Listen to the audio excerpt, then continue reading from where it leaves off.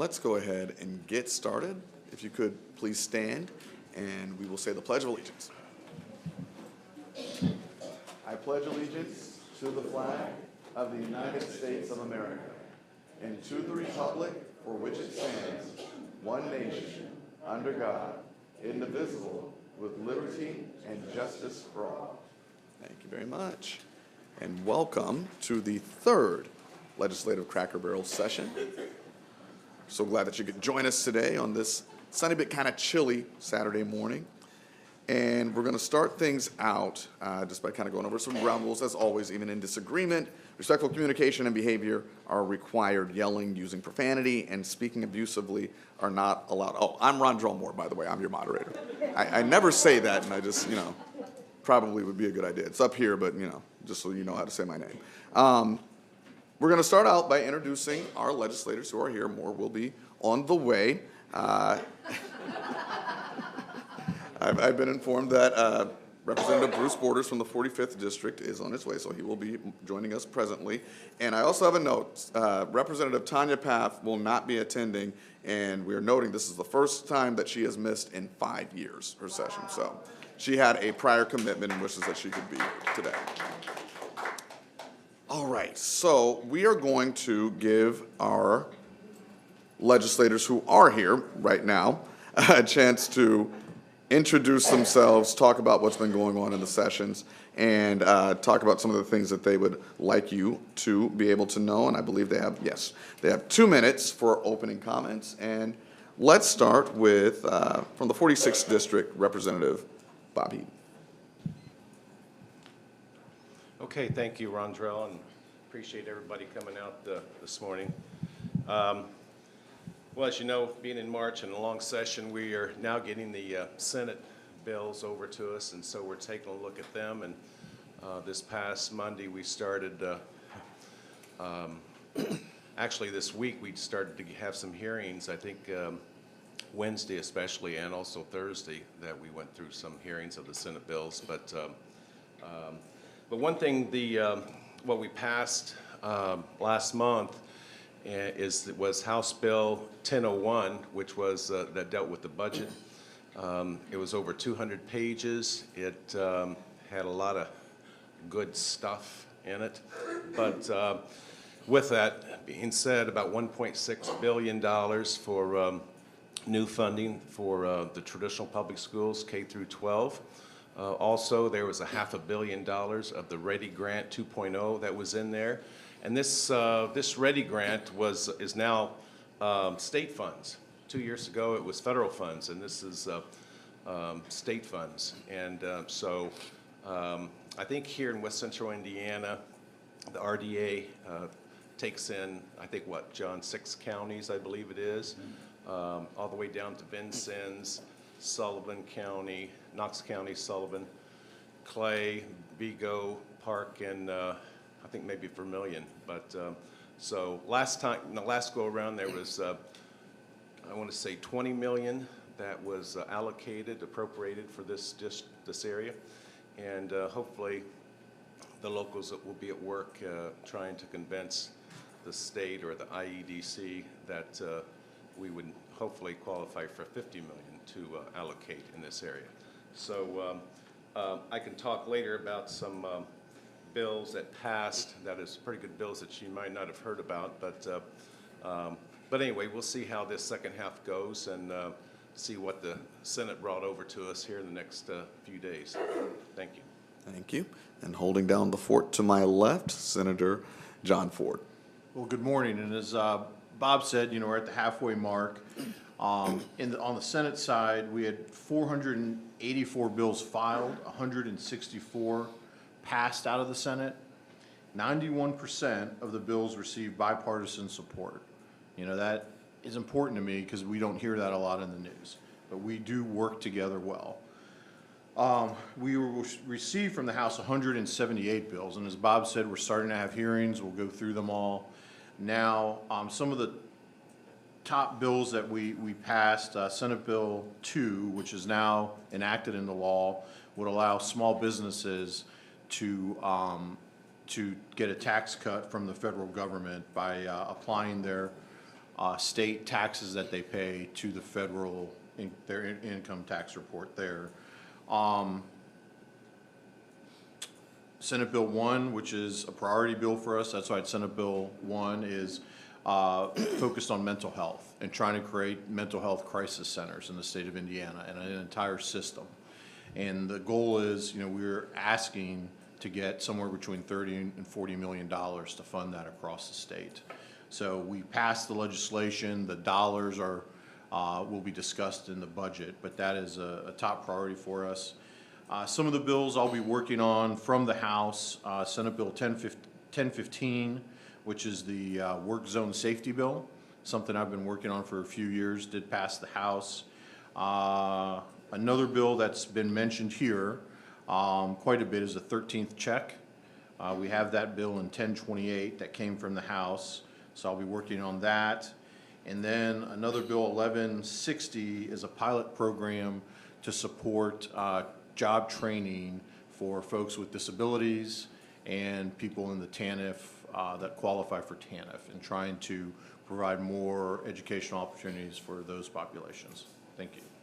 All right, thank you very much. And again, as Representative Heaton said, Representative Borders is on his way, and so we should hear from him, and we'll give his opening comments whenever he does get here. But at this point, we're going to go ahead and open the floor up to our sponsor questions. And as we did last time, we're going to have you line up back that way so that we're not blocking the camera. And we're asking that you have a minute to ask your question, and one question per sponsor. And if you have a follow-up question, you can get into the general population line for that. And once you get up to the podium, please say your name and the organization that you represent. Sylvester Edwards, President of the Greater Terre Haute Branch of the NAACP. The question would be Senate Bill 451 was injecting carbon CO2 underground storage, which is 2 miles underground. But what most people don't realize, it spreads a half mile in different directions. Now this is going to be in West Terre Haute. So they have contacted us, the company in West Terre Haute, and they want our blessing, the NAACP, so I don't understand why they would want it, because we're not speaking just for black and brown people, we're speaking for all the people in the Royal-Based Valley, especially people over in West Terre Haute, which affects their farm and their residents. This bill hadn't passed yet, or has it passed? If so, are you going to vote for it from the Senate, and does it go over to the House Representative, or are you going to vote for it? And tell me, how does it help the people over there in West Terre Haute? So Senate Bill 451 did pass the Senate. I did vote for it. It was my bill. And what we're talking about with this is, a fertilizer plant. So it's a old plant that when Duke Energy shut down that facility over there on the Wabash, their energy producing facility. This facility was built by the Department of Energy in 1995 and has been there since. This company came in and acquired it before it was going to be torn down, and the goal is to make fertilizer and then capture the carbon and store it in the ground. This is a practice that Sierra Club, all kinds of environmental groups nationally have supported, globally have supported. We have an opportunity to be on the map for one of the first green fertilizer plants in the country.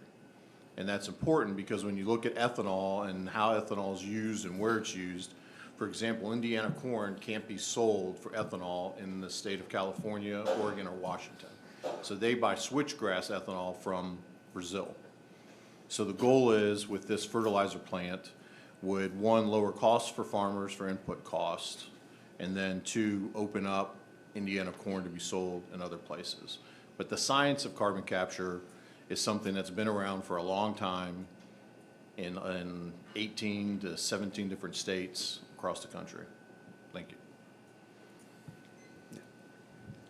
Yeah, Sylvester, I think, John, we voted out of the House a couple, 2-3 years ago, I think, and then the Senate didn't take it up. But Senate Bill 451, I think the issue that last year, the Farm Bureau didn't support it because the farmers were not getting compensated for it. And I believe, isn't there like the farmers would get $250 per acre? In this bill, we set a floor of $250, first state in the country to label pore space with a value. But Yeah. that's a floor, so it could go up. Okay. Whatever they negotiate. Well, I think in the past, farmers, they want to be compensated for it, so now they are going to get compensated for it. But I think Representative Alan Morrison is the sponsor of the bill. I think Representative Tanya Path is a co-sponsor. And so I think we're going to take it up and take a look at it here this coming few weeks. So I think it passed, what, 27 to 21 out of the Senate, I believe it was. So it wasn't by a big margin, but we'll see how it goes over in the House. So, Can I just circle back, because I don't think I answered the one part. What would it do for the people of West Terre Haute? I mean, this, when it is fully operational, is projected to provide $30 million of property taxes to Vigo County. 150 plus jobs, well over the market, well over $100,000. These are engineering type jobs. So a lot of these chemical engineers, for example, from Rose-Hulman, many of them can't stay in this area or in the state of Indiana and go to fertilizer plants in Iowa or Illinois. So we're hoping this would also help us keep some of those high-paying jobs here. But it's a big revenue source, could be a big revenue source, and provide high-quality jobs. Okay, thank you. The reason I asked this because they have contacted us a couple of times, and this past Monday was legislative day for NAACP at the State House, and one of the representatives asked me again. So we will be taking this up on Monday at our meeting, executive committee meeting, so we can get a grip on this before we take that journey, which is they want us to come over to the plant, see what's going on, and then go to the site itself. So thank you. Thank you very much. Hello, my name's Carolyn Calica, President of the League of Women Voters of Vigo County. And this question is in regards to State Bill 1334, which starts with the premise that voting by mail needs to be made more secure by requiring registered voters to provide certain identification numbers or photocopies of their driver's license or Indiana identification card or other specified proof of identification in applying for an absentee ballot. The bill would also require that only the voter or immediate family member can request an absentee ballot. The bill would also require the Bureau of Motor Vehicles to provide driver's license numbers and identification numbers to the Secretary of State for the purpose of matching these numbers to voter registration records in a statewide voter registration system. Do you believe that this bill will create unnecessary roadblocks for registered voters, especially the elderly and citizens who reside in nursing homes? Do you believe this will place an unnecessary burden on our county clerk's office? Do you believe this bill is necessary? If so, what changes, if any, do you think need to be made to it? well, Carolyn, thanks for the comment or the question. That passed the House 64 to 28, and you know, I think I'm not on elections. I know Representative Tanya Path is, and she's not here, but it's just, yeah, we just want to verify that people only vote and that there's no fraud involved or no nothing, you know, that type of thing. But it's just,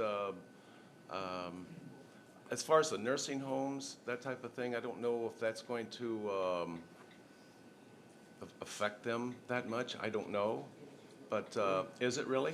Yeah. Okay. So anyway, so it's going to go over to the Senate, and they'll take a look at that. But it passed, and I don't know if it was bipartisan or not, but it was it passed out and by a large amount. But we'll see where it goes in a couple months, you know. Yeah, we this week heard that bill in Senate elections. You know, I think what the attempt is, you know, we're a voter ID state. So I think the goal is to apply those same principles to absentee ballot applications and ballots. I'm not a huge fan of the requirement to take a photocopy of your ID. I think that could be burdensome on some people, because for example, I don't have a copier at my home, but there are options where I could put my last 4 digits of Social Security or my ID. But we saw that. We'll see what happens. We held the bill. We didn't vote on it. So it needs a little work, and we'll see what happens. Good. Thank you. And Representative Bruce Borders has entered the building. So we're going to give him 2 minutes to just give opening remarks. And what would you like to say? I appreciate that. Sorry about being late. I actually had a Sullivan County Farm Bureau pancake breakfast this morning. They have their Ag Day once a year, and 3,000 or 4,000 people show up for that. And I was manning a table there, and anyhow, a lot of fun, some good pancakes and sausage. But well, sorry about that. I didn't bring any to-go baskets or trays with me, but it was really well attended and really a nice event.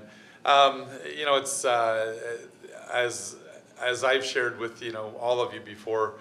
Of course, this year the big 800-pound gorilla in the room is the budget, and I feel like we're fortunate to be in a position to at least not just completely have our backs against the wall financially, and that comes from years of just being cautious and with the people's money. But I'm not sure what all bills you've discussed so far, but I do serve on the local government, the insurance, and the commerce committees, and so we're just now getting into the second half of the session. And I've often said that it's probably a good thing that as many bills die as they do up there, because in a general sense, if you look at most legislation, whether it be from a Republican side of the aisle or a Democrat side of the aisle, much of it does restrict or limit freedom. And so I'm actually, it doesn't bother me that the Senate kills a lot of our bills, and I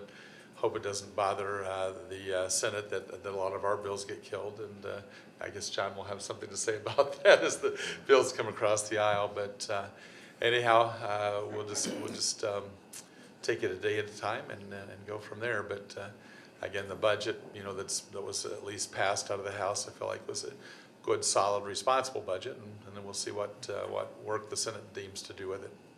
Thank you very much, Representative Borders.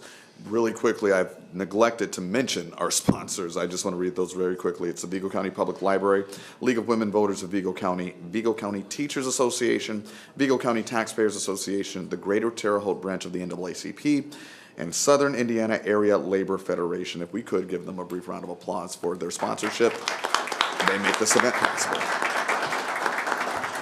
All right. Yes. Good morning. My name is Heidi McDonald. I'm president of the Vigo County Teachers Association. I kind of don't know where to start, but currently with Senate Bill 486, this removes the guarantee of discussion with local representation. And with this potentially removing teachers' voice in our conversation that supports our students and profession, and how does a bill like this not further the issue that face educators who are leaving the profession and often cite, of course, pay and lack of support? And with legislation like this, it only furthers to remove their voice in actions that affect them every day at the local level.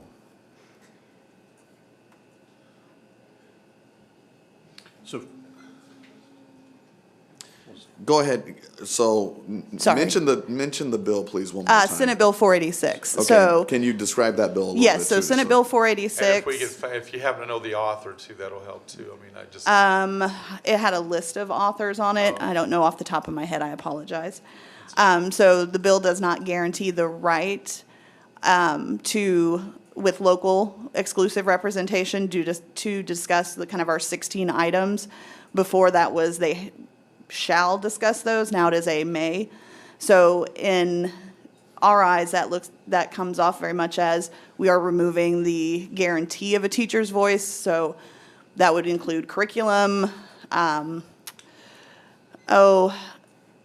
student discipline, all of those things. So things teachers deal with day to day in our daily profession. And so by removing that furthers to remove a teacher's voice at the table. And so for us, that does feel, how does this legislation not create a larger issue with providing support for for teachers and long-term students? Yeah, Does that hopefully clarify some? Yeah, so that bill, passed the Senate. I voted for it. I think the bill does a lot of, removes a lot of barriers. Aside from the discussion issue, there are a lot of positive things in the bill. The discussion issue, I think that you're mentioning, really, it doesn't say that the ISTA has the exclusive right. Teachers, it basically allows the school board and superintendent to decide what group they talk to. Could be any group of teachers, could be the ISTA, but it doesn't guarantee who they talk to. I don't think it takes away discussion from teachers. I think it takes away the ISTA, but it also removed the limit on issues they could talk to. That 16 issues you mentioned were done away with, so almost literally anything could be talked about with a group of teachers. And I think, from my point of view, I don't think that most school corporations that operate, that are great, that are operating in a very positive way, are going to stop talking to teachers because of this bill. We have some school corporations that have very few teachers that are in the union, and some of them feel that they don't have a voice because they're blocked out by the union to talk. So I think this bill could allow possibly more teachers to have a voice in the process.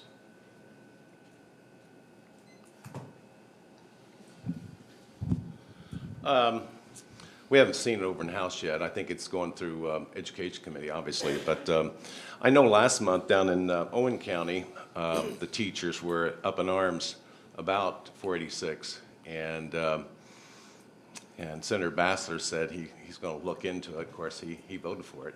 But I haven't really looked at the meat of the bill itself and see what it all deals, the good and the bad, so to speak, Heidi. But so we'll take a look at that. But I'm sure it's going to get a hearing, if not already set for that. I don't know. We'll see. But I don't know what Bruce thinks. Yeah, I mean, I haven't seen it. I'm not trying to be coy. I just haven't seen it yet. I will, I've written it down. Who was the author on that bill? Linda Rogers. Linda Rogers, okay. I will take a look at it when I get home this afternoon. It is interesting, though, at the booth that I was at today at the Sullivan County Pancake Breakfast, without mentioning a name, I won't, but I was sitting beside a school teacher, and I said, well, how are things going? And she said, oh, they're doing fine, but she said, I'm thinking about leaving the field of teaching. And I said, well, just out of curiosity, do you mind me asking why? And she said, well, actually, she said, it's just hard dealing with a lot of the students, and just some of the issues we deal with. And so anyhow, I mean, I know her, and she's a wonderful girl, but I mean, I call her girl because I feel like I'm becoming an older man, and she's just in her early 20s, so I suppose everybody seems young to me that's below 63. But anyhow, I'm going to call her and just get, some ideas. I've got my wife is a licensed school teacher. My sister Nancy teaches at Lebanon, and my brother Tony taught math and science. My brother Bobby taught math and science, so it's kind of runs in our family. But I promise you I will look into it and see, and I'll be glad afterwards to get your name and phone number, and we'll chat, and I'll look at it and see. So, Thank you. Okay. All right, thank you very much. Okay, and it looks like that concludes our sponsor questions. We're going to go ahead and open it up to the public, and as you can see, it's already kind of being done there. The line starts and it goes that way, and you can use these seats to take your time as the questions are being asked, and we're going to ask 1 minute per question and about 1.5 minutes for legislative response. Not all legislators are required to respond. However, we're asking that as you ask your questions, they should be geared toward all legislators. If your question is for one legislator only, please wait until the meet and greet time. And as we did for the sponsors, we're asking that you ask one question per individual. If you have more than one question, again, please ask the remaining questions during the meet and greet time. And again, respectful communication and behavior always required. Yelling, using profanity, and speaking abusively, certainly not allowed. We're not going to have that problem, though, of course. We will try to, oh, you mean the I was about to say, audience. yeah, I'm talking to these folks up here, yes. You all are going to be fine, so. All right, if you could just state your name and then go ahead and ask your question, thanks. Good morning. My name is Shannon Giles. I am the Tobacco Prevention and Cessation Coordinator here in Vigo County. Hi again. I had the privilege of meeting with Senator Ford on Wednesday, which was Advocacy Day for tobacco prevention and cessation.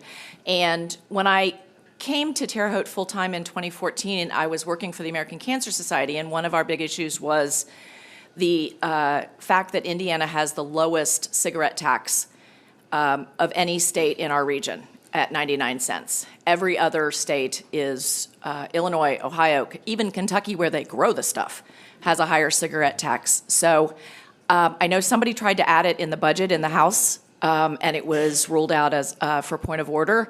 So my question is pretty simple. What's it going to take? What's it going to take to get the cigarette tax up to where it becomes uncomfortable for people to buy tobacco products of any kind? It's the #1 most preventable cause of death. What's it going to take? Well, the bottom line is actually we have raised it a number of times over the years, and Not since 2007. are you sure on that? Okay. It was I mean, raised I'm from not- 44 to 99 cents in 2007, Okay, hasn't been touched since okay. then. I do remember it being discussed, and I'm not sure. I mean, at this point, I'm not a fan of raising it. I mean, I'm not a pro tobacco user at all. I mean, I'm not a fan of that. But on the same token, I also realize that,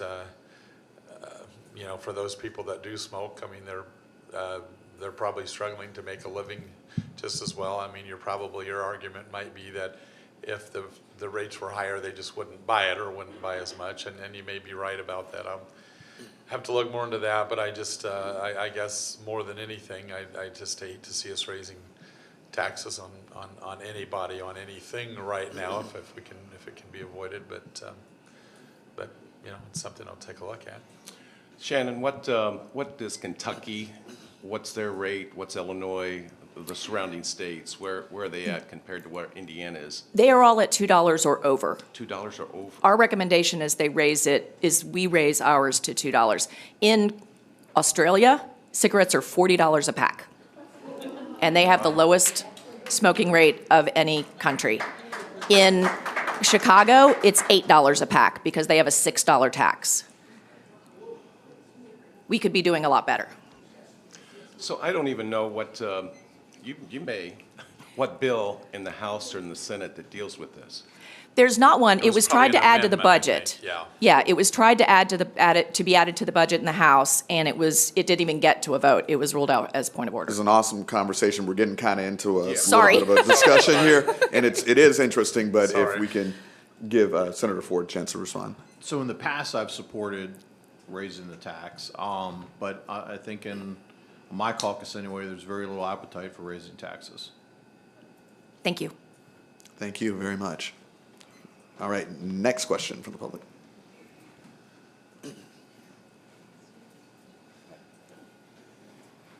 Hi, my name is Holly Hackman. This is my We husband. can't hear you, Yeah, if you sorry. could speak into the mic. My name is Holly Hackman. This is my husband, Joe Hackman. We're here in response to 242 floodplain mapping. We have emailed everybody. My husband went to get a building permit, and we were told that we were in a flood zone. We live up by Roselawn Cemetery. We don't live by a ditch, a river, a tributary.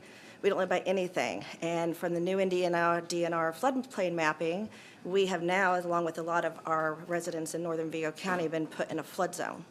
So we are not allowed to build. We're told we had to raise our house 2.5 feet and fill in our current basement if we wanted to bring our house up to code.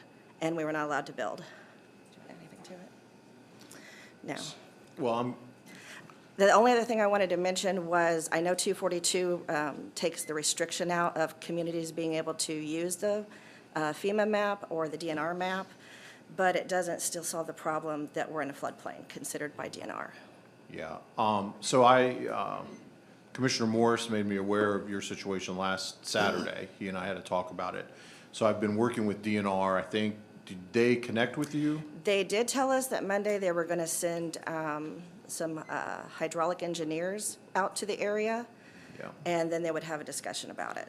So what's happened is 2 years ago, this started where DNR decided that their floodplain maps would be more restrictive than the federal floodplain maps. And they raised the elevation 2 to 3 feet. And now we have some towns in Indiana, the whole complete town now is in a floodplain. And you know, Northern Terre Haute is gonna wake up one day shortly and find out, like you did, that they can't build. They're gonna have to get floodplain insurance. And, you know, we've asked DNR in the Senate, we've been working on this for 2 years, to not implement these maps until we figure it out. And so what's happened is they release them county by county. They don't tell the legislature how they're doing it. And I was shocked to hear that they did it in Vigo County. And now they want to come out and see if their figures are right. So they did this all by satellite, hired some company out of New York City, and did it all by satellite. And now they're coming out when there's a complaint to check to see if their numbers are right. And I can tell you where we've made them go out and check, they've had to redo the maps in those locations. So we're working on this. I've asked, So we're good to them now. for you guys Yeah. over there in the House, I've asked, DNR has an agency bill, and I think we're gonna try to put some language in there to do that, but we are working on it. I'm glad you stepped up to say something about this Yeah, because a today. lot of our, neighbors, they don't even know anything about it. And then they're going to be required to get this flood insurance. We can hear you, but you might kind Oh, of sorry. move closer. Yeah, a lot of our neighbors don't know anything about this, so we're trying to speak up for our neighbors too. I've lived at my house for over 30 years, not one drop of water. Like I said, we're not even by a river, a creek, anything. The closest thing to us is Otter Creek and Gundy Ditch. And so we live up by Sky King Airport, north up by Roselawn Cemetery, where there isn't anything by us. Well, Holly, Joe, thanks for coming. Hate to say it, but I learned about this, I think, about 4 days ago on the local news. My husband. And, okay, Joe. But, and I talked to the commissioners yesterday morning, two of them, Clinton, Baird, and Morris, about this. And Mike, Commissioner Mike Morris said that he's been talking to Senator Ford about this since it was a Senate bill. But, I mean, I was just floored by it. Everybody's shocked.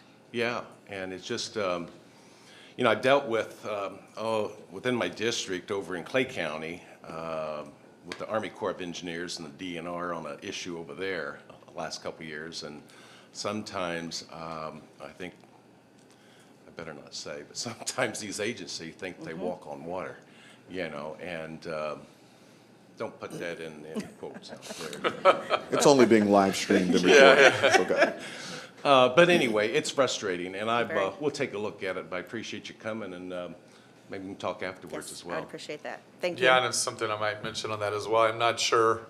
John, do you happen to know what, has there actually been a bill on the Senate side regarding it? I apologize, but I do need That's to. fine. Yeah, Senate Bill 242 by Gene Lysing, That's Gene Lysing is okay. yeah, would restrict the use of these new floodplain maps until we can get a better idea of what's And going on. it passed out of the Senate, then it's It did. it's in the passed. House, Yeah. Yeah. Do you know which committee it went to?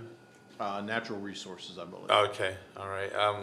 Yeah, I'll look at it and see over on the House side again. This is, what has happened basically, the bills, not this last week, but just prior to that, the week before, the bills that passed the House go over to the Senate, and the bills that passed the Senate go over to the House. So this coming Monday is when we kind of swing back into full swing, where we go back, and I mean, some of the committees have already been meeting, but most of them have not. And then this Monday is when the committees start meeting, and then the bills will start hitting in earnest onto the House floor and the Senate floor. And so, but thank you for giving us the heads up on it to where we can be looking at it over on the House side now too. Thanks. Thanks. Thank you. Thank you very much.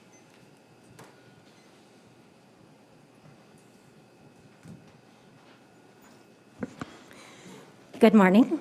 My name is Sarah Dillon. I'm speaking as a proud ally of the LGBTIQ+ community.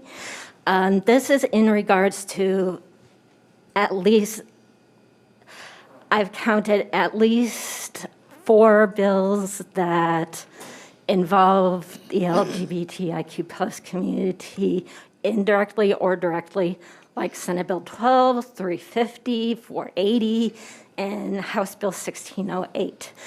My question is, when would it be a better idea to listen to all those people that are impacted by this legislation rather than listening to like corporate groups or AstroTurf groups? One of the things I might mention is actually, I'm not aware of any corporate groups, quite frankly, that are backing any of the, what you would class as LGBTQ. I think you had another initial in there as well, but regardless of LGBTQ legislation, I mean, in fact, most of the corporations just would probably probably prefer that the legislature not deal with those issues at all. But most of the bills that I can recall that are still alive are having to do with basically potential transgender surgeries and conversions for children, for minors, and then also basically protecting parents for who are refusing to go along with a lifestyle that they do not consider desirable for their child, and so but again, as far as corporations putting any pressure, I'm not aware of that happening at all. But I do think some of those bills will continue moving. I do. I'm speaking of ALEC, American Legislative Exchange Council. I'm not aware that they're technically what you would call a corporate group, but I mean they're they're a legislative group. But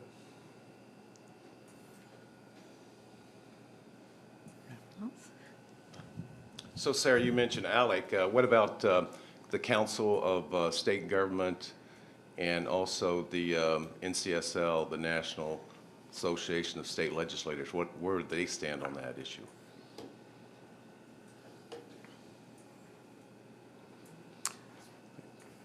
Again, we're the back and forth, if we can, save for afterward. That's fine. Senator Ford, would you like to respond? The only thing I would say is we try to listen to all of our constituents and try and strike a balance. And I think some of these bills are attempting to do that. Some are not. But we'll see. What happens. There's a long way to go here in this session. Thank you. Thank you very much.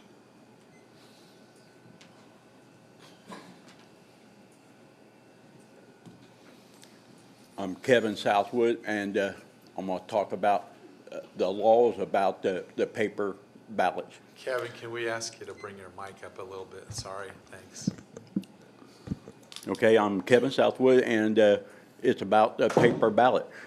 It's my opinion that you have somehow targeted and labeled senior citizens, grandmothers and grandfathers, the ones that are the most vulnerable of all, the ones that have the highest disabilities. A lot of them don't even have cars, and yet your pursuit of justice is to somehow view bringing up paper ballots under the guise of equality. And if you want to talk about equality, seniors hold the most reverence of all the groups of this voting. They are the strongest pursuers of the vote itself, and the vote is the people's vote. It's not the legislature's vote to attack the most vulnerable group of all. If you want to talk about equality for voters to somehow raise the bar of seniors on their paper ballot, why don't you raise the bar of all these other voters up to the level of senior citizens if you want to talk about equality? And why don't you raise up your own ideas of equality and offer proof?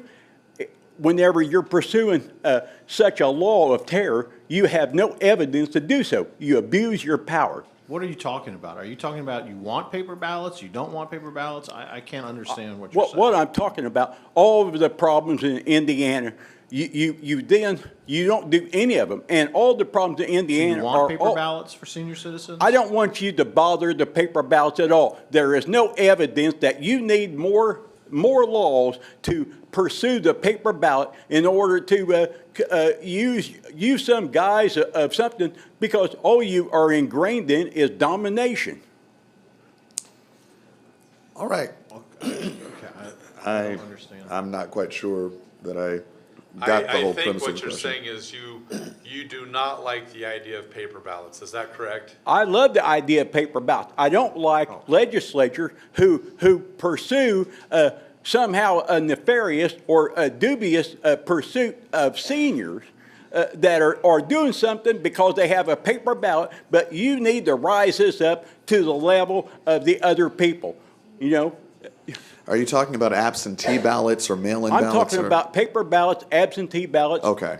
Any of them that you can send off for the vote by mail. Okay, making the voting by mail is what he's talking about. He wants them to So be more accessible. you do not, all right, what is it about our absentee ballot system that you do not like?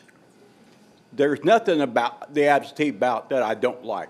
It allows people to vote from their home with the mailbox. For you to put more restrictions on top of all the other restrictions that you have on the vote. You know, as far as I'm concerned, I'm an American. I believe and he's you don't have no right to ever target the vote of the people. It's our vote. It's not yours. It's ours. Okay, sir. You are.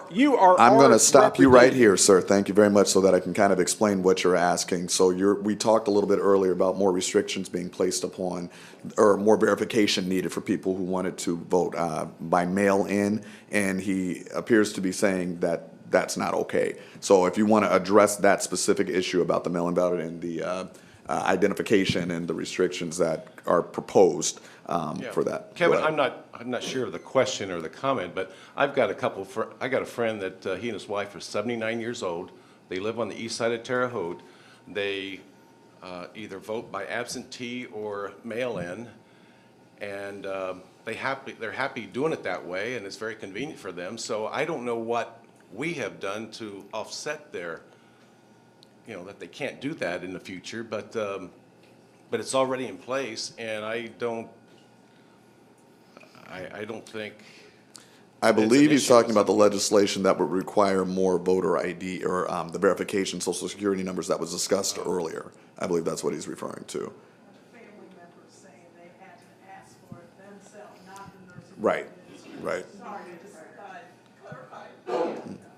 Well, I seen on live TV where you were all in favor of the equality of the vote, of somehow raising up the low standard of seniors, grandmothers and grandfathers, up to the high bar of all the other Okay, voters. Kevin, I'm going to put moderator shoes on and say, let's go ahead and have this discussion after it's all said and done. If you'd like to meet with them individually to kind of parse it through so that you can get the intricacies of your question. Thank you so much for asking it. Let's move on to the next question. Hi there. My name is Susan Good. I've been involved in education my whole life, and I'm also the mother of a transgender daughter. Last time when I was here, the word tragedy was used when talking about providing life-affirming health care and gender-affirming health care for children. And I also heard, quote, stay out of our medical decisions, and that was about vaccines for COVID. Also, Senate Bill 480 calls for age-appropriate, medically necessary health care. It passed, and I believe Senator Ford may have been a co-author of that. And Senator Ford also mentioned today supporting a bill supporting mental health care funding, but he also co-authored this bill that would create more health care problems, mental health care problems. Gender-affirming care reduces suicidal ideations, mental health crises, and other devastating consequences. And just because you don't know any transgender people probably, or you can't relate to that, most of us don't understand it, it doesn't mean that there aren't people suffering from this.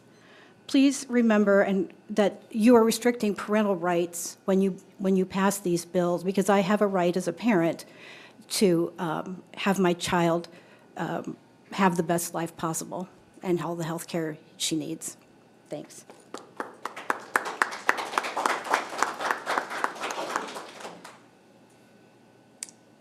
All right. Thank you very much. You didn't have a specific question, did you? Well, no. All right, thank you very much.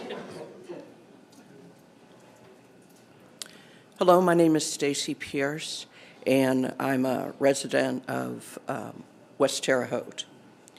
SB 12 creates a process for parents to submit a complaint that a book in a school library is inappropriate. This term is never defined. If this bill passes, school librarians and other school personnel could face 2.5 years in prison and a fine of $10,000 if they don't follow the proposed law. There's already a current law in place that makes it illegal to provide minors with harmful or obscene materials, as well as a process that schools use for parents to submit complaints about the content in library books. My concern is this bill is about book censorship disguised as protecting children. Purple for Parents is an anti-LGBTQ group supportive of this bill, and they've identified several LGBTQ-themed books which they deem to be inappropriate. This bill would create a process for books about slavery or the Holocaust to be banned because some other group deems it inappropriate. Senator Ford, thank you for voting no on this bill, and if you'd just comment about your vote, please. And for the representatives, how would you vote on this bill if passed out of committee? So if I could just back up on that 480, I'm not a co-sponsor, so I don't know what media source says that, but I'm not. I just double checked and it's online. But on this bill, we had a great discussion, on this bill, and it was interesting because a lot of the discussion came from both sides. We had a African-American group, for example, that wanted books with the N-word in them to be banned. We have, other groups that want other, porn banned. So this was an interesting bill to hear the debate from my standpoint, but I voted no, really because I just think there's ways you can deal with this at the local level without passing legislation, and the thought of trying to put librarians in schools or even here in jail kind of seemed a little ridiculous, and there were other ways we could deal with this. My standpoint.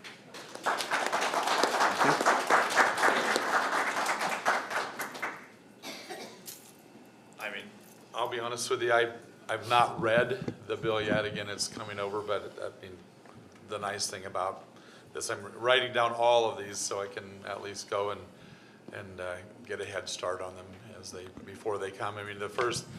What's going to happen, again, beginning Monday, is that many of these bills you're discussing, first of all, some of them may not even get a hearing on the House side, which the first reading would be going to the committee. The second reading would be those that come out of the committee, assuming that the committee chairperson even signs off to release them to the full House floor for a vote on second reading and then third reading. And so on each of these, I've got written down that have been discussed today. I'll take a look at them and see what's going on with them. And then it may be a little while before they, quite frankly, make it out of committee, then to the House floor, then for final reading, but that's, again, I'm just at least becoming aware of them, so thank you for drawing our attention to them. Stacy, thanks for your comment. Yeah, Senate Bill 12, Senator Jim Toms is the author of that bill. I think there was several hours of testimony in that bill last month. And the title of it that I'm looking at here, it says Senate Bill 12, Tom's third reading, material harmful to minors. That's the title of it, okay? So that catches my eye, and I don't know anything about it. I'm going to read it. But that didn't sound good to me. Material harmful to minors.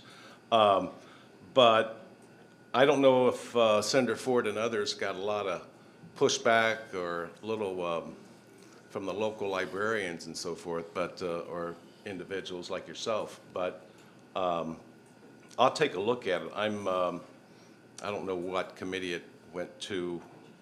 Education Committee, and on the House side, you mean? Yeah, on the House side. Okay. So we'll take a look at it, Senate Bill 12, but I'll earmark that. But appreciate the comment. Thank you very much. Yes, sir. I was just making sure they was done. Yes. I believe it's correct that the co-author by Senator J.D. Ford and Senator John Ford, Senate Bill 1. I've attended several Crackerbarrel sessions, and the only reply I've yet received from our representatives from Tanya Paff, Democrat, House of Representatives. The Senator's obligation to lead, that they have a primary responsibility to the people who they represent to face legislative issues of the nation. Senators represent their entire states and members of the House, individual districts. So I wish a reply to the same question I have repeatedly asked here. What is our representatives from both House and Senate going to do about the monopoly held in Vigo County methadone program? The authority of Congress to investigate is an implied constitutional power, one that Congress has exercised since the earliest days of the Republic. Authority to conduct investigations is implied since Congress possesses all legislative powers. Why has Congress refused to investigate the injustice and willful blindness of the wind recovery, contributed to the loss of life, pain and suffering, cruel and unusual punishment toward the American people? Would each representative reply to both questions, please? Could you mention your name too, sir? I'm not sure if you did. Phil Decker. Yeah, I've talked with MSSA about it. We continue to talk about it. You know, the methadone program we have in the state at this time is still in the pilot phase. And so before they roll it out to every county and to every, and open up the counties, they're trying to do their due diligence and see if these programs work. But they went with, as we talk about monopolies, one that we are trying to change in Senate Bill 1, and we're struggling to get it done, is the community health centers. We have one in Vigo County. The county commissioners are required to fund it to the tune of $700,000. And, someone like myself thinks maybe we should have more than one so we can have a little competition. But at this point, it's the way FSSA is running it, and, we'll continue to work on it. I don't want to back to the fourth, but the state of Indiana has only allowed 27 methadone, or state of Indiana has only allowed 27 licenses. We need the Senate and that to double those, so there could be more than one in each facility. But until that federal restriction is passed. Yeah. Sorry, I didn't go back and forth. Phil, just a quick question here. From what I remember from, you've shared this at a couple of Cracker Barrels before. You have a friend, a female friend who, without, delving too much maybe into it, but the bottom line is that she is it presumptive to assume that she is in need of methadone, or she wants it and the doctor will not prescribe it? Is that the bottom line? I'm a recorded power of attorney in Vigo County, and I represent the patient to receive treatment. And this particular doctor has total monopoly over the entire program, so there is no representative, secondary boards, anybody that we can appeal to. So is she trying to get methadone treatment? Is that what's happening? It's a life-saving treatment, yes. Right, and is there no other doctor that you can go to? It is only one doctor, and the entire Vigo County controls the entire methadone. Yeah, I mean, I realize you would prefer to stay within Vigo County, but could you go to a doctor in a different county? And that is a possibility, sir. So this is, again, a very important conversation, but this is specifically something that probably can be addressed after in a meet and greet. It seems, hopefully there can be some progress made here after the session. Representative Heaton, would you have anything to respond with, or did you make a? Not really. You mentioned the feds. Have you talked to Congressman Bouchon or any U.S. senators, or nothing? And as I said in my statement, I've called, contacted, left messages, but I have not received anything from anybody except for Tanya Paff. And what did she respond with? She had her clerk call. Yeah, so I'm going to go ahead and cut this off right sure. now. This is a very important conversation, but and I'll kind of admonish our legislators too. If it's a generic question for everybody that you need to ask to get clarity, that's fine, but if it's a specific question, going back and forth, if we can just hold that Sure. off until Okay, the end of sorry. the meet and greet, it just makes things a lot more streamlined. But thank you so much for your question, and I encourage you to speak with these legislators afterward. Thank you so much. Go ahead. Good morning. My name is Pastor Tess Brooks Stevens, and I basically have a simple question in a way. So there are two Senate bills that were heard, Senate Bill 308 and Senate Bill, I think it was 336, in regards to the legalization of cannabis, and they were referred to the Committee on Commerce and Technology. I just want to know, this is a $1 billion a year industry. We are one of only like 13 states that have not legalized cannabis use. And I wanted to know, what is the apprehension or the discussion that is hindering legalization here in Indiana? Well, I signed on to both of those bills, mainly because I want to have a discussion about it and see if medicinal cannabis would be something that could help people in Indiana.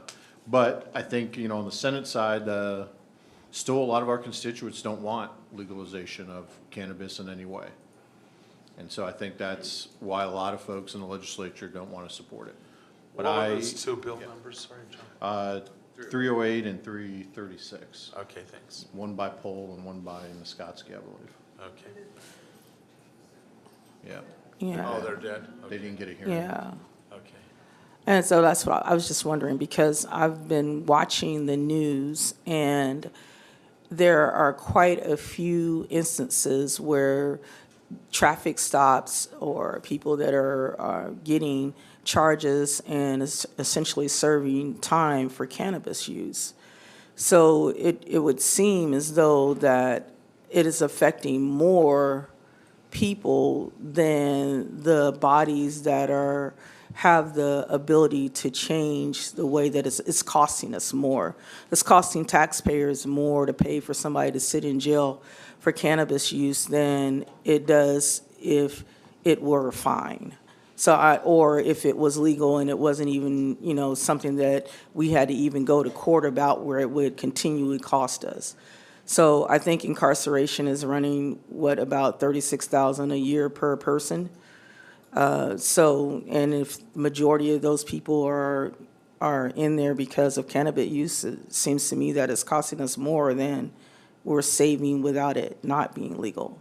So I'm just trying to understand. Yeah, I mean, that's certainly a thought. I mean, I think before you would see legalization of cannabis on the Senate side, you would see decriminalization before. And I think, you know, when we look at states like Colorado and Denver, I don't know that it's as positive as that we might think. You know, the black market price of cannabis in Colorado is as high as it's ever been. So there's still a lot of criminal action, even though they legalized it. But I think here in Indiana, you would see decriminalization before we legalized it. Would you mind explaining the difference? Got to cut it off right there. And I'm just going to re-admonish. I get it. We can have this conversation after everything is said and done. And again, I'm just going to re-administer. These are the rules that were set upon by the sponsors and by the Vigo County Library. One question for the public, and we'll get the response. Any back and forth, we'll have you finish that up after everything's said and done. Go ahead, sir. You are a tough referee. I'm Jim They Hurt. tell me what I got to do, and I have to do it. So go ahead. Thank you. I'm Jim Hurt from Greene County. The price of real estate has gone up dramatically in the last couple of years, which means property tax assessments can go up dramatically. The insurance can go up dramatically, which will be, and I wondered if there was anything the legislature was doing to address the tax increase that would be involved. I think Senator Ford had introduced a bill, but I haven't tracked it recently. But I'd just like to know what the state of any legislation you have is on that issue. I think the main bill's coming out of didn't you guys pass it? Yeah. Yeah, I think the main bill for property tax is coming out of the House. It's Chip Thompson's, wasn't it? Yeah, 1001. Yeah. Well, I thought there was a separate bill with that on the property tax.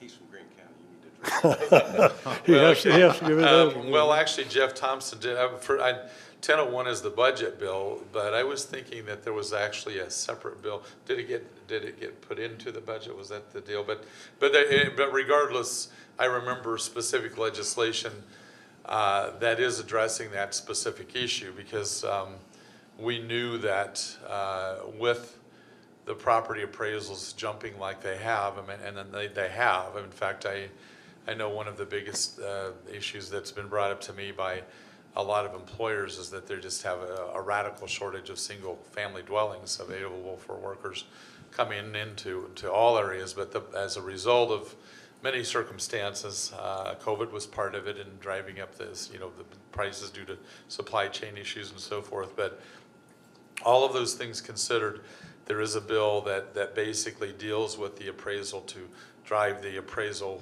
costs down as far as taxation goes. So yes, it is being dealt with. It started on the House side and it's now over into the Senate. Okay, thank you. Jim, one thing it's something that is on, I think, most legislators' radar is the assessed valuation, how it's gone up in the last year. And that's a concern for me and you and others, I think, So we're trying to deal with it. Exactly what bill, and I think there's some, in 1001, I think there was some issue in dealing with that, some amendment that was put in there by Chairman Thompson. But I appreciate your concern.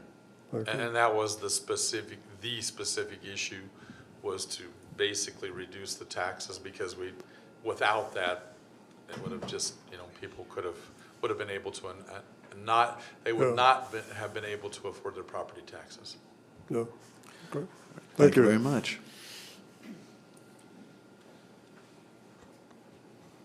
Hi, I'm Marcia Miller. Gentlemen, this is Women's History Month.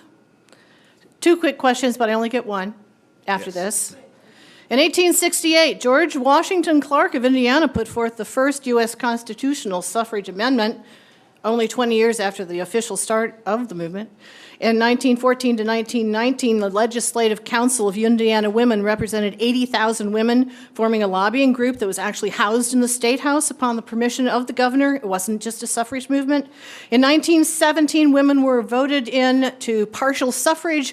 20,000 women registered to vote, and then the state Supreme Court said, no, you can't, causing the number of women's franchise leagues to double or triple in size in the next 2 years. And in 1920, women got the vote. Several Terre Haute and Indiana women were major players in the state and national suffrage movement. The Women's Franchise League became the League of Women Voters, a nonpartisan organization. My quick question is, not to put you on the spot, can you name any Indiana woman who was part of the 68-year movement in Indiana to get the women to vote during Women's History Month? If you pay me, I'll tell you. Well, first of all, being a fellow entertainer, I'm dubious about this is not to put you on the spot. I think that, no, actually, in response to your question, I cannot. Any of you? All right, thank you. Will you give us one? Helen Benbridge of Terre Haute was the state president of the Women's Franchise League when women got the vote in 1920. And Ida Husted Harper went on to be Susan B. Anthony's official biographer, was very active in the national movement. There's 2 for you. Thank you very much. Helen Benbridge. Thank you.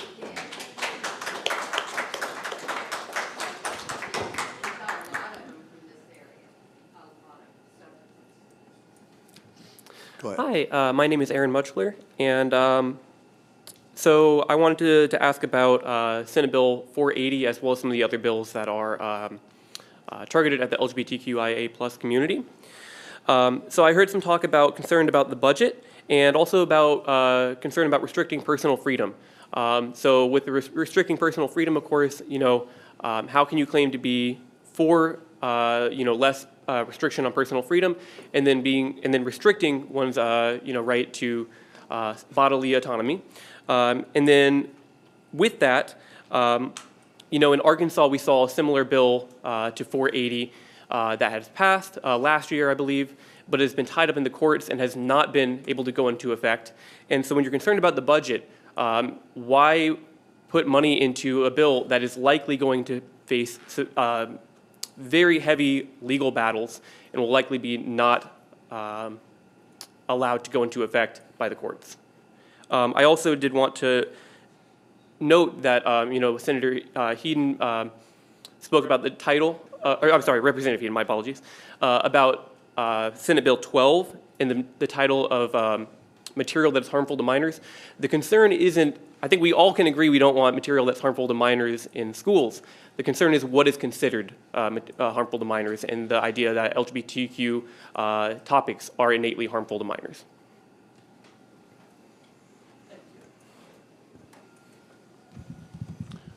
Aaron, on the, again, these Senate bills, we haven't seen them yet in the House, but I think there was some discussion, just going on memory here, that Senate Bill 12 dealt with material in school libraries, right? That you can have that information in there, but if you were outside on the other side of the street from the school, if you had that material, and it would be illegal, I think, and unlawful to have it. Is that true? No.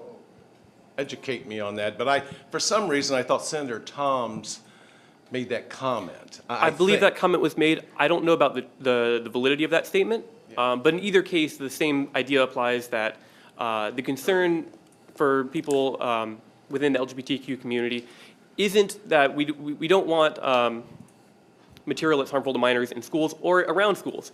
The concern, again, is what is defined as harmful to minors. And typically, that's kind of like a dog whistle for anything that's relating to LGBTQI If I don't issues. say something now, I will be charged with bias or discrimination on my own end. So I have to be the same all the way around.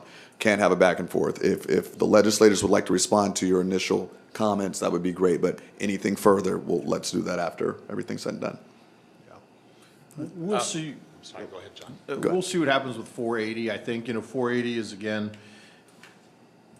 we're at this crossroads of parental rights. And it seems like a lot of bills this session are dealing with parental rights and trying to strike that balance. And, we'll see where 480 goes. It's a work in progress. But again, parents can't, I think we'll see what happens. I mean, the parental rights issue is really a strong one on this topic, and I think we're trying to strike the balance where, things can happen, but without, still giving the parents rights, and we'll see. I mean, it's a work in progress. I mean, I said this twice, I guess, today, but it's a long session, and so don't be discouraged. Keep voicing your concerns.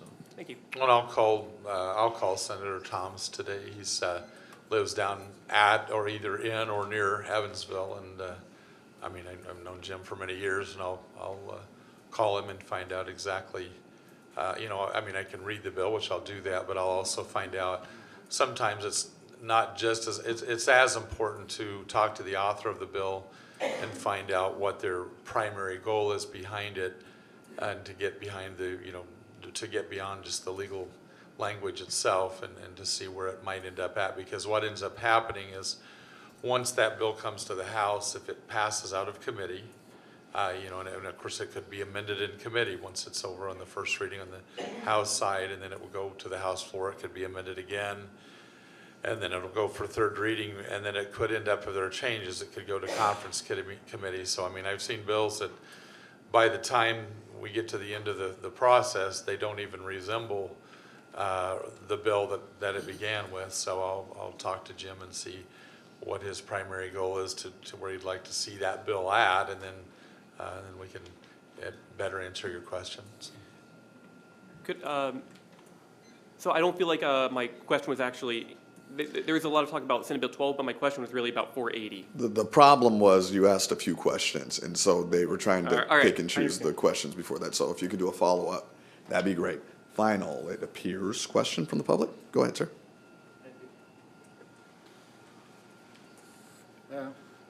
I'm from West Terre Haute, Indiana. I live in a home that was built in 1929. After 15 years of being there, I was finally found qualified for weatherization. It has an interesting feature in it that you may And have Ted, wind. we can hear you, but if you can pull that mic a little closer to you, it'll make it a little easier, I think, for everybody. This Sorry. one. Is it better? Yeah. Hello, I could get closer, yeah. I'm you. sorry. Better. Okay, well, anyway, my 1929 home, I finally qualified for weatherization program after 15 years, and it's got an interesting feature. If there's anything they can't do, like my home didn't have a crawl space, they just bar the whole house. I mean, you could have wind blowing from one end of the house to the other. It's not that bad at my house, but I'm just saying that they don't, the weatherization could use some improvement in, doing something. It's just like my Verida one 2 months ago. It's just leaving us empty-handed with these government programs that are there to serve the public and really do something for them, So I just wanted to bring, I got the papers here showing, yeah, you're qualified, but they basically, one thing the person did do, though, I was very grateful for, they found a gas leak, which we got that fixed the next day. But, well, anyway, just want to say there's maybe some, it needs to be a little more flexible with the problems. I'm not trying to do the back and forth thing, but I want to make sure I'm understanding what you're asking, if you're asking something as opposed to just stating something. So are you saying that someone came out to do an inspection and you got maybe potentially some government money or a grant? Oh, you would have normally, yes, but they couldn't put a radon shield in my home because it don't have a complete crawl space. They want to put that piece of plastic under it. So for that reason, you just lose out on everything. And so you're saying that, okay, I'm not sure what it. They have new restrictions in the weatherization program. You wait on the list for years. Okay. And when they come out, now because they have changed the restrictions, many benefits that were given beforehand that would make your house weatherized Right. are no longer being offered in the program. So they're disqualifying more people that need weatherization than they are helping people that should have them. Yeah. Because of the restrictions in the program. So he's saying. Okay. This is, thank you so much for helping with the explanation. I Thank you, appreciate too. it. I really do. Yeah. If there's a way that we can answer this question with everybody up here, we're almost done with the session. That would be great. If not, then one-on-one, as we mentioned before. I apologize. I will look into it, Ted, and I'll get your number afterwards. I think I have it, but I'll get it. But the bottom line is, typically, I will say this as somebody that's renovated a lot of houses over the years. The bottom line is that I'm going to guess or speculate that they've become tighter on the restrictions because they felt they were maybe throwing away some money on houses that should not have had certain things done without prior things being done that made that improvement last is generally what happens. It needs to be safe for them to come into your house, of course, but I've been living there for 15 years. But I'm glad, I am right in the midst right now of a 16.5 second mortgage to pay for a complete replacement of the heat pump. We replaced it the first year I was there for about $6,800. It's got more expensive in 15 years. Yeah, that's something they couldn't help either. They just kind of, it's just the program just kind of, is like unfortunately not very, either, like it says, maybe not well funded or something. It probably is the funding. They've probably just tightened up on what homes qualify, because certain things, if a house doesn't have step A completed, for example, then doing step B doesn't typically have a long-term improvement without a certain, without step A being done, but we'll talk, okay? Yeah. Thank you very much, sir. Thank you. All right. Okay. Final question. Yes. We're right in before time. Yes. Thank you. Yes, my name is Ellen Reeves, and out of the plethora I'm sorry, what of was your name? bills, pardon me? What was your name? Ellen Reeves. Ellen Reeves, okay, thank you. Out of the plethora of bills you gentlemen in concert have put through in the House, the idea that you all want smaller government and less government, the majority of the bills happen to be regarding gender and education of children. There are 2 bills that affect minimum wage. We all know that we have people in this state who are struggling, that an increase in minimum wage would give you more tax base. Why do you fight increasing minimum wage? Thank you. Well, I'll throw out an answer to that. I mean, I can name many places, and I mean many of them, where you can go in without, skill at all, and I'm gonna maybe embarrass Bob and defer to him too, because he's mentioned this many times in the past as well. I mean, I know people that are starting out at McDonald's at $17 an hour. So the minimum wage, it doesn't matter what it is. There's such a shortage of labor right now that very few people are having to start out at minimum wage. Most of them are able to jump into a job well above that. I know a young man that he went to some classes put on by, I want to say it was Sunrise Coal, I believe, and he went to some of the courses taught by Vincent's University. He started out with no skill at all. I mean, other than the classes, he started out at Sunrise Coal, I think, at $30 an hour, plus got a sign-on bonus. I mean, the bottom line is that I just don't know many people that are having to jump in at minimum wage. As a result of the labor shortage, most of them are going in at well above that. Yeah, Ellen, as Representative Borders is right. I remember probably 8 or so years ago, there was 2 people in the back here that raised minimum wage. Might have been you, I don't know. But anyway, it's always kind of been an issue, but I've said it, I've always been a free market person. And at the time that those people were here, there was a billboard out on North Fruit Ridge that said, start out at Ampersand or whatever the company is up on the north side there on North Fruit Ridge, starting out at $16 an hour. But you had to come in, you had to, show up on time, have your soft skills and so forth, and be drug-free, et cetera. But I had a bill this past year, House Bill 1582, that dealt with the DCS workforce stabilization. It was a $46.9 million ask to supply, increase the funding to these providers out here, Gibraltar being one of them, because we need to pay those employees at Gibraltar, take them from $15 an hour to $19 an hour, because if we don't, they get frustrated and they're going to leave that company, if you will, that agency, and go flip burgers at McDonald's or Burger King or whatever for $15, $16 an hour, and not have that stress that they have inside the home and so forth. But so again, I've always said I'm a free market person, but in a case like that, I feel obligated that we need the state, the taxpayers, to help fund that program, and that bill didn't really get a hearing. Sorry to say, but I worked with Chairman Jeff Thompson on it, and hopefully we can put something in come conference committee into that bill pertaining to that funding of that situation.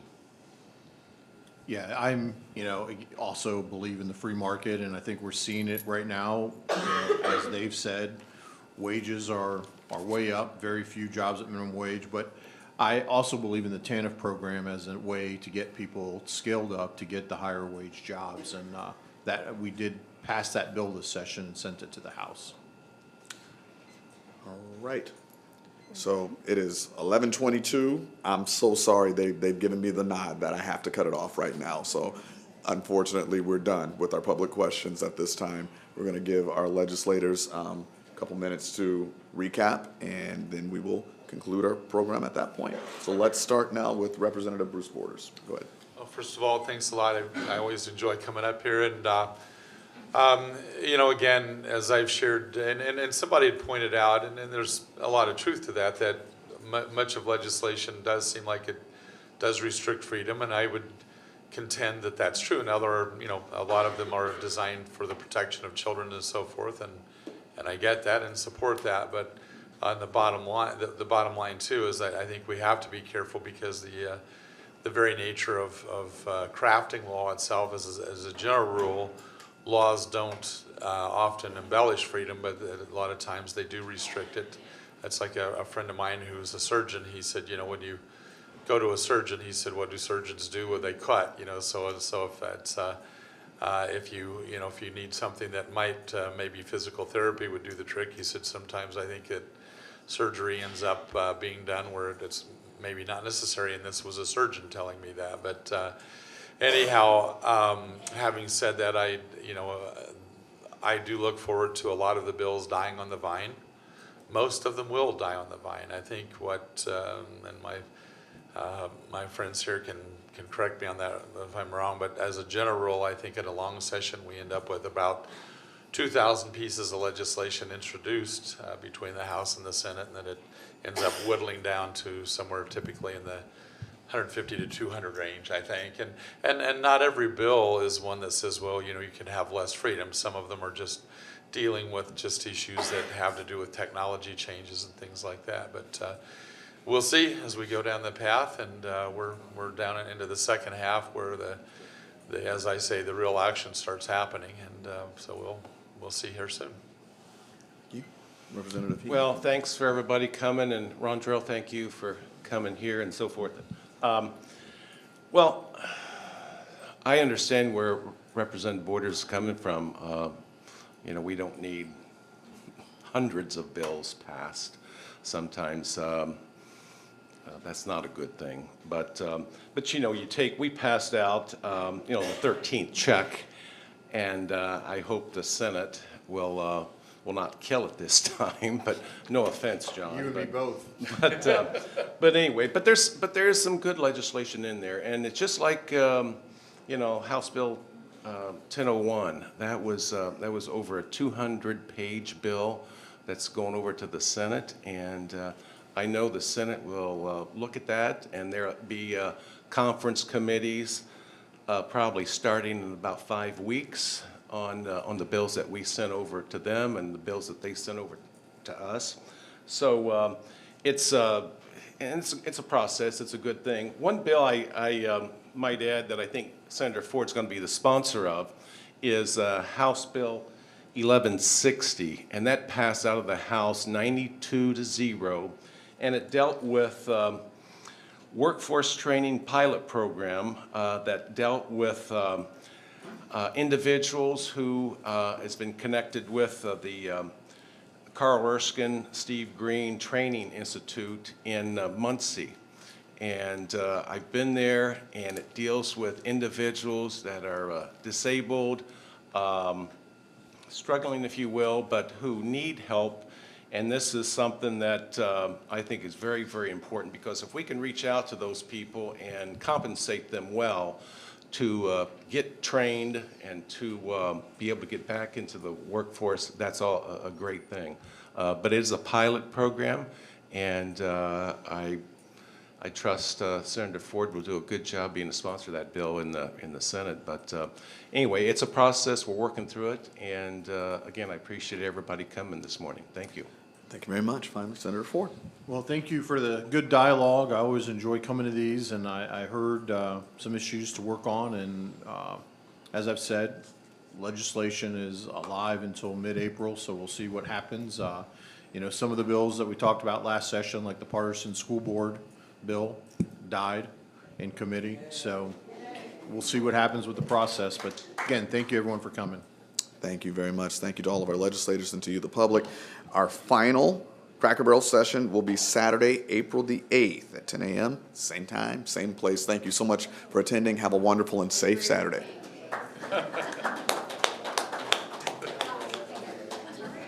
Hello. You do.